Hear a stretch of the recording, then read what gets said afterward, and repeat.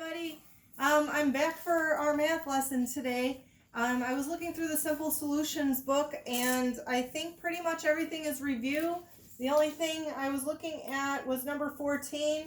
They're asking you for a four-sided polygon. So you can go back in the geometry chapter and look at that polygon chart if you need to refresh your memory. Remember, a polygon is a two-dimensional figure with three or more straight sides, okay? So that's the only thing that I see might be a hiccup. So go back and look at that chart in the geometry chapter if you have trouble on that. But you're going to do page 138 for your Simple Solutions today.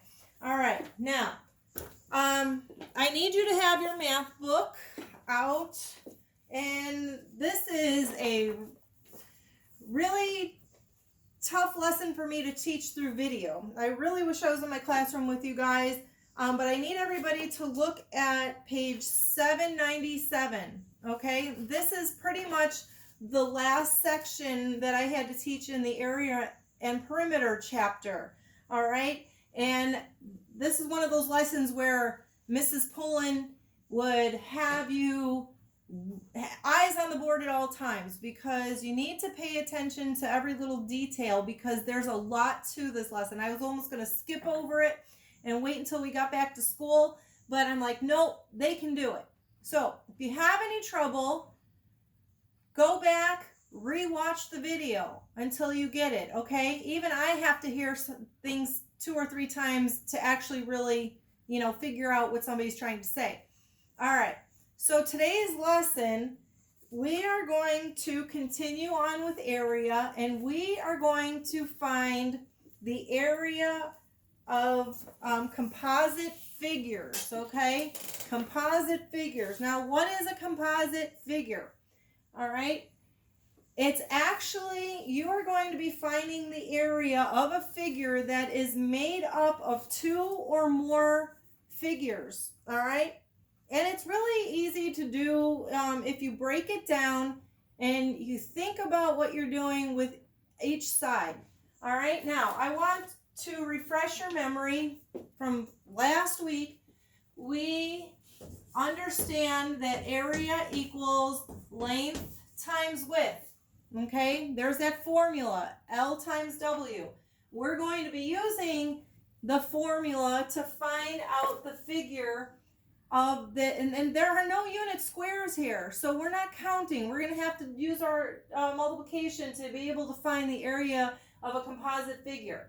So if you look at page 797, you will see the picture of the garden here, all right? And that's exactly what I drew on the chalkboard, all right? Now, remember back when we were counting square units, and sometimes you guys would forget to count one of the little tiny sides, and you were 1 or 2 off, and then you're like, oh yeah, I didn't count that side. Well, when we are trying to find the area of a composite figure, we have to make sure that every side is accounted for. All right? Now, what the best way to find the area of this large shape is to break it down into 2 shapes. All right? So how am I going to do that? I am going to look at this shape, and I'm going to break it up into 2 rectangles. So what I'm going to do is I'm going to draw my dotted line, and you can see how I've just created 2 separate rectangles. All right? Now, we're going to deal with 1 rectangle at a time. So I'm going to look at this first shape here. I can actually even redraw it if I had some better chalk. All right, here we go. All right, so this is rectangle number 1. It's 8 yards and 10 yards, all right? So I can easily do my length times my width to figure out the area, but I'm going to hold off on that for a second because I want to redraw the other part of my composite figure, and I am going to label all my sides of this rectangle, and you can see it in your book. They already have it drawn out for you. All right, so this is rectangle 1, and this is rectangle 2. All right? So, in order to find the area of this whole irregular shape of this person's garden, we're going to first find the area of this rectangle. And we know that we're going to do length times width.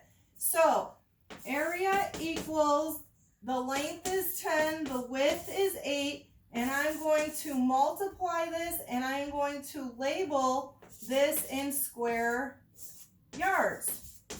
Okay, 80 square yards. This is the area of the first rectangle. Now I'm going to go over here and find the area of the second rectangle. So I look at my numbers, and I have area equals length times width. So I'm going to put 12 times 8. And, oh boy, 12 times 8, we haven't memorized our 12s yet. But you can either do that 4th grade math I was showing you, or you can use the distributive property to find out what 12 times 8 is. Over here, I'm going to do the 4th grade math because I know you guys have seen this quite a few times. What is 12 times 8? So I'm going to multiply. When I multiply, I'm going to start over here on the right, and I'm going to multiply my 2 times my 8. I'm going to put down my 16, carry the 1, and remember, I'm going to add that in after I finish multiplying. 8 times 1 is 8, plus 1 more is going to be 9. So I can use my 4th grade math, or I can use my distributive property. And I'm sorry that this is so small. All right, so how do I do the distributive property? I'm going to leave one number alone, one factor alone, and I'm going to decompose my 12. And I know that 6 plus 6 is 12, and I'm going to look at this one. This is 48, and I add this over here. 6 times 8 is 48. If I add these two together, I'm going to get 96 square yards. All right? Oops. Oh. Okay. So, the area of the first rectangle is 80. The area of the second rectangle is 96. In order to figure out the area of this large irregular shape, this composite figure, I'm going to add these two numbers together. So 80 plus 96 is going to give us 176 square yards. All right. So 12 times 8 was a little bit large for you guys to multiply, so we can break it down, use the distributive property, use the 4th grade math. Whichever way works. You could add 12 8 times if you wanted and use your repeated addition. All right, so what did I do? I'm going to go over this real quick. I broke this shape into 2 separate shapes. All right, I can just draw a line. Do you see how this is rectangle 1, this is rectangle 2? I'm just going to find the area by doing 8 times 10, and that gives me 80, and I'm going to multiply these two numbers together, and I'll get my 96. After I found the area of both of the shapes, I have to add them together for the total area of this composite figure. Now, I want to show you something else. I'm going to erase this, and I'm going to put it back to the way it was. All right, so I want you to look at this. Look at the original shape here. All right, remember, when we are finding the area, you have to be able to show me that every side has a measurement. Okay, so this side is 8 yards, and this side is 10, this is 8, and this is 12 up the side. But what's missing? My line at the top does not have a measurement. Okay, it's not labeled for us. We actually have to figure out what this line is going to be. Now, the way you find a missing side is by looking at, you look at this line here, okay? This is 10 yards and this is 8 yards. If we were able to draw this evenly, you would see if this one went straight across, it would be the same length as the one on top. So what would this measurement be for this line on top? You have to add these two together. All right, so 10 plus 8, this is going to be 18 yards.